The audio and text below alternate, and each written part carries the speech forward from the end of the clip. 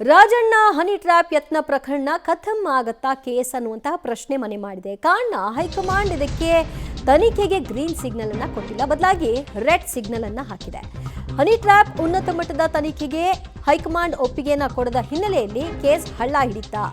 ಉನ್ನತ ಮಟ್ಟದ ತನಿಖೆಗೆ ವಹಿಸದಿರಲು ಸರ್ಕಾರ ತೀರ್ಮಾನವನ್ನು ತೆಗೆದುಕೊಂಡಿದೆ. ರಾಜಣ್ಣ ಹೇಳಿಕೆ ಪಡೆದು ಹನಿ ಟ್ರ್ಯಾಪ್ ಕೇಸ್ಗೆ ಸಿಐಡಿ ತಿಲಾಂಜಲಿಯನ್ನ ಹಾಕುವಂತಹ ಪ್ರಯತ್ನದ ಭಾಗವಾಗಿ ಇವತ್ತು ಗೃಹ ಸಚಿವರನ್ನು ಕೂಡ ಭೇಟಿ ಮಾಡಿದ್ದಾರೆ. ಹೈಕಮಾಂಡ್ ರೆಡ್ ಸಿಗ್ನಲ್ ಬೆನ್ನಲ್ಲೇ ಸಿಐಡಿ ಮುಖ್ಯಸ್ಥ ಸಲೀಂ ಅವರು ಇವತ್ತು ಗೃಹ ಸಚಿವರನ್ನ ಭೇಟಿ ಮಾಡಿದ್ರು, ಮಾತುಕತೆ ನಡೆಸಿದ್ರು. ಇಲ್ಲಿಯವರೆಗೂ ಸಿಕ್ಕಂತಹ ಹೇಳಿಕೆಯಲ್ಲಿ ಯಾವುದೇ ರೀತಿಯಾದಂತಹ ಪೂರಕ ಅಂಶಗಳು ಲಭ್ಯವಾಗಿಲ್ಲ. ಇನ್ನೇನಿದ್ರು ರಾಜಣ್ಣ ಅವರ ಹೇಳಿಕೆಯನ್ನ ಪಡೆದು ಕೇಸ್ ಕ್ಲಿಯರ್ ಮಾಡಬೇಕು ಅನ್ನೋ ವಿಷಯದಲ್ಲಿ ಮಾತುಕತೆಗಳಾಗಿದೆ ಅನ್ನೋದು ತಿಳಿದು ಬರ್ತಾ ಇದೆ. ವಿಧಾನಸೌಧದಲ್ಲಿ ಸಿಐಡಿ ಮುಖ್ಯಸ್ಥ ಸಲೀಂ ಅಹಮದ್ ಗೃಹ ಸಚಿವರನ್ನ ಭೇಟಿ ಮಾಡಿ ಇಲ್ಲಿವರೆಗಿನ ಡೆವಲಪ್ಮೆಂಟ್ ಬಗ್ಗೆ ಮಾಹಿತಿಯನ್ನು ಹಂಚಿಕೊಂಡಿದ್ದಾರೆ ಮತ್ತು ರಾಜಣ್ಣ ಅವರಿಂದ ಒಂದು ಫೈನಲ್ ಹೇಳಿಕೆಯನ್ನ ದಾಖಲು ಮಾಡಿಕೊಳ್ಬೇಕಾಗಿದೆ ಅನ್ನೋದರ ಬಗ್ಗೆಯೂ ಕೂಡ ವಿಷಯವನ್ನ ಹಂಚಿಕೊಂಡಿದ್ದಾರೆ ಅಂತ ತಿಳಿದು ಬರ್ತಾ ಇದೆ. ಗೃಹ ಸಚಿವ ಪರಮೇಶ್ವರ್ಗೆ ಮೌಖಿಕ ಪ್ರಾಥಮಿಕ ವರದಿಯನ್ನ ಸಲೀಂ ಅವರು ಕೊಟ್ಟಿದ್ದಾರೆ. ಸಿಐಡಿಗೆ ಈ ಪ್ರಕರಣವನ್ನು ವಹಿಸಲಾಯಿತು, ವಿಚಾರಣೆಯನ್ನು ನಡೆಸಿ ಅಂತ. ಇಲ್ಲಿಯವರೆಗೂ 5 ಹೇಳಿಕೆಗಳನ್ನು ದಾಖಲು ಮಾಡಿದ್ದಾರೆ. ಆ 5 ಹೇಳಿಕೆಯಲ್ಲೂ ಕೂಡ ನಮಗೆ ಗೊತ್ತಿಲ್ಲ ಅಂತಷ್ಟೇ ಹೇಳಿದ್ದಾರೆ. ಮತ್ತಷ್ಟು ಮಾಹಿತಿ ಪಡೆಯೋಣ ನಮ್ಮ ಪ್ರತಿನಿಧಿ ರವೀಶ್ರಿಂದ. ರವೀಶ್, ಆರಂಭದಲ್ಲಿ ಏನೋ ಆಗಬಹುದು ಅನ್ನೋ ರೀತಿಯಲ್ಲಿ ಕಾಣಿಸ್ತಾ ಇತ್ತು, ಬಟ್ ನಂತರದ ದಿನಗಳಲ್ಲಿ ಈ ಕೇಸ್ ಹಳ್ಳ ಹಿಡಿಯುವಂತಹ ಲಕ್ಷಣಗಳು ಗೋಚರಿಸ್ತಾ ಇತ್ತು. ಫೈನಲಿ ಇದಕ್ಕೆ ತಿಲಾಂಜಲಿ ಇಡೋದು ಯಾವಾಗ? ದಿವ್ಯಾ, ಇದು ಪಬ್ಲಿಕ್ ಟಿವಿ ಬ್ರೇಕ್ ಮಾಡಿದಂಥ ಎಕ್ಸ್ಕ್ಲೂಸಿವ್ ಸುದ್ದಿ. 3 ಗಂಟೆ ಅಷ್ಟೊತ್ತಿಗೆ ಈ ಸುದ್ದಿ ಬ್ರೇಕ್ ಆಗಿತ್ತು. ಪ್ರಮುಖವಾಗಿ ಗೃಹ ಸಚಿವ ಪರಮೇಶ್ವರ್ ಅವರು ಸಿಐಡಿ ಮುಖ್ಯಸ್ಥರಿಗೆ ಬುಲಾವ್ ಕೊಟ್ಟಂಥ ಸಂದರ್ಭದಲ್ಲಿ ಮತ್ತು ಅವರ ಜೊತೆ 50 ನಿಮಿಷಗಳ ಕಾಲ ಮಾತನಾಡಿದಂಥ ವಿವರಗಳನ್ನು ಕೂಡ ಒಂದು ರೀತಿಯಲ್ಲಿ ಪ್ರಸಾರ ಮಾಡಿತ್ತು. ಈ ಪ್ರಕರಣದಲ್ಲಿ ಎಲ್ಲೋ ಒಂದು ಕಡೆ ಇಕ್ಕಟ್ಟಿಗೆ ಸಿಲುಕೋರು ಯಾರು ಅನ್ನೋದೇ ಈಗ ಬಹುದೊಡ್ಡ ಪ್ರಶ್ನೆ. ಆ ಕಾರಣಕ್ಕೋಸ್ಕರವಾಗಿ ಸರ್ಕಾರ ಸೇಫಾಗಿ ಈ ಕೇಸನ್ನು ಮುಚ್ಚಿ ಹಾಕೋದಕ್ಕೆ ಪ್ಲಾನ್ ಮಾಡ್ತಾ ಮತ್ತು ಇದು ತೀರ್ಮಾನ ಮಾಡಿಬಿಡ್ತಾ ಅನ್ನೋದೇ ಈಗ ಬಹುದೊಡ್ಡ ಚರ್ಚೆ.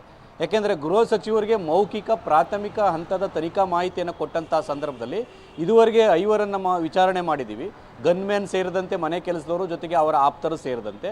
ಆದರೆ ಯಾರೊಬ್ರಿಗೂ ಕೂಡ ಅದು ಗೊತ್ತೇ ಇಲ್ಲ ಆ ಪ್ರಕರಣ, ಮತ್ತು ಅವ್ರು ಯಾರು ಅಂತಲೂ ಕೂಡ ಗೊತ್ತಿಲ್ಲ ಅಂತ ಹೇಳ್ತಾ ಇದ್ದಾರೆ. ಜೊತೆಗೆ ನಂಬರನ್ನು ಇಟ್ಕೊಂಡು ನಾವು ಒಂದು ರೀತಿಯಲ್ಲಿ ಟ್ರೇಸ್ ಮಾಡೋಣ ಅಂತ ಹೇಳಿದ್ರೆ, CDR ಕೂಡ ತಗ್ಸೋಣ ಅಂತಂದರೆ ಆ ನಂಬರ್ ಯಾವ ಕರೆಯಿಂದ ನಮ್ಮ ಕರೆ ಬರ್ತಾ ಇತ್ತು ಆ ನಂಬರ್ ಬಗ್ಗೆ ಎಲ್ಲೂ ಕೂಡ ರಾಜಣ್ಣ ಅವ್ರು ಹೇಳಿಲ್ಲ. ಯಾಕೆಂದರೆ ಫಿಸಿಕಲಾಗಿ ಬಂದಿದ್ದರು, ಅವರು ನಮ್ಮನ್ನು ಅಪ್ರೋಚ್ ಮಾಡಿದ್ರು ಅನ್ನೋ ಮಾತುಗಳನ್ನಷ್ಟೇ ಹೇಳ್ತಾರೆ. ಬ್ಲೂ ಲೇಡಿ, ಬ್ಲೂ ಜೀನ್ಸು, ಈ ರೀತಿಯ ವಿಚಾರಗಳನ್ನು ಕೂಡ ಹೇಳುವಂಥದ್ದು ಕೂಡ ರಾಜಣ್ಣ ಮಾಡಿದ್ದಾರೆ. ಆದರೆ CCTVಯಲ್ಲಿ ಸಾಕ್ಷಿಗಳನ್ನು ಹುಡ್ಕೋಣ ಅಂದರೆ CCTV ಕೂಡ ಆ ಮನೆಯಲ್ಲಾಗಿರ್ಬೋದು, ಅದು ಸುತ್ತಮುತ್ತ ಆಗಿರ್ಬೋದು, CCTV ಕೂಡ ಇಲ್ಲ ಅಂತ ಪ್ರಾಥಮಿಕ ವಿಚಾರಣಾ ವರದಿಯಲ್ಲಿ ಹೇಳಿರ್ತಕ್ಕಂಥದ್ದು. ಇದೆಲ್ಲವನ್ನೂ ಕೂಡ ಒಂದು ರೀತಿಯಲ್ಲಿ ಮೌಖಿಕವಾಗಿ ಹೇಳಿರ್ತಕ್ಕಂಥದ್ದು, ಲಿಖಿತವಾಗಿ ಯಾವುದೇ ರೀತಿಯ ವರದಿಯನ್ನು ಕೊಟ್ಟಿಲ್ಲ. ಬಿಕಾಸ್ ಆಫ್ ರಾಜಣ್ಣ ಅವ್ರನ್ನ 2 ಬಾರಿ CID ಅವರು ವಿಚಾರಣೆ ಕರೆದಿದ್ದಾರೆ. ಆದರೆ 2 ಬಾರಿಯೂ ಕೂಡ ವಿಚಾರಣೆಗೆ ತಮ್ಮ ಹೇಳಿಕೆಗಳನ್ನು ದಾಖಲಿಸ್ಕೊಳ್ಳೋದಕ್ಕೆ ರಾಜಣ್ಣ ಹಿಂದೇಟು ಹಾಕಿರ್ತಕ್ಕಂಥದ್ದು. 1 ಬಾರಿ ಬೇರೆ ಕಾರಣವನ್ನು ಕೂಡ ಒಡ್ಡಿ ಎಲ್ಲ ನಾನು ಬೆಂಗಳೂರಿಗೆ ಬಂದ ಮೇಲೆ ಕೊಡ್ತೀನಿ ಅಂತ ಹೇಳಿದ್ದಾರೆ. ಇನ್ನೊಂದು ಬಾರಿ ಆ ಒಂದು ವಿಚಾರಣೆ ಕರೆದಂಥ ಸಂದರ್ಭ ನಾನು ಮುಖ್ಯಮಂತ್ರಿಗಳ ನಿವಾಸದಲ್ಲಿದ್ದೇನೆ, ಆಮೇಲೆ ಬರ್ತೀನಿ ಅಂತ ಹೇಳಿದ್ದಾರೆ. ಹಾಗಾಗಿ ರಾಜಣ್ಣ ಅವರ ಬಳಿ ಇರ್ತಕ್ಕಂಥ ಸಾಕ್ಷಿಗಳು ಏನು ಅನ್ನೋ ಆಧಾರದ ಮೇಲೆ ಆ ಒಂದು CID ತಮ್ಮ ವಿಚಾರಣಾ ವರದಿಯನ್ನು ಅಂತಿಮವಾಗಿ ಸಲ್ಲಿಸುತ್ತೆ. ಹಾಗಾಗಿ ರಾಜಣ್ಣ ಅವರು ಡೆಲ್ಲಿಯಿಂದ ವಾಪಸ್ ಆದ ಬಳಿಕ ನಾಳೆ ಅಥವಾ ನಾಡಿದ್ದು ಆ ಒಂದು ಹೇಳಿಕೆಯನ್ನು ಪಡೆದು ಎಲ್ಲೋ ಒಂದು ಕಡೆ ರಾಜಣ್ಣ ಅವರು ನನ್ನ ಬಳಿ ಪುರಾವೆ ಇಲ್ಲ ಅಂತ ಈಗ ಆಲ್ರೆಡಿ ಹೇಳ್ಬಿಟ್ಟಿದ್ದಾರೆ.